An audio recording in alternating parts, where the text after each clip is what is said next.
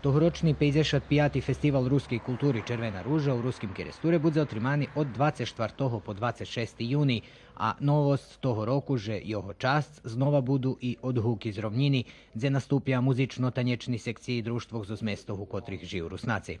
Zažljem bi to je odrezena i stimulacija našim društvom i velji društva mali za uvahu, že precu mi nje učastvujeme na Červenoj ruži, keď sme učastvovali 45 lebo keljo roki i teraz naraz nje učastvujeme. Takže še vraca i učastvovanje naših kulturno-etnických društv, to bude pijatok posle Pupčeca.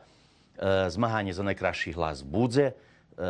Keď treba budeme lápať spovalje, že kto bude špívať, ale bude mušiť zmaganie za najkrajší hlas. Šalim še, už teraz komisia treba, že by počala po našich mestoch chodziť, da vidíme, eventuálno odkac by trebali buď to tých, ktorí še budú zmáhať za najkrajší hlas, odnosno za Dzivodsku ladu i za Čoboljov.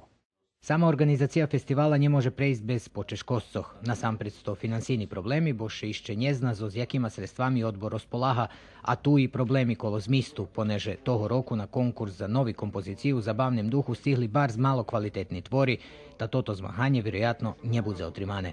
Конечні договарки коло провадzacích і порядних змістов будуть по законченню драмського меморіала.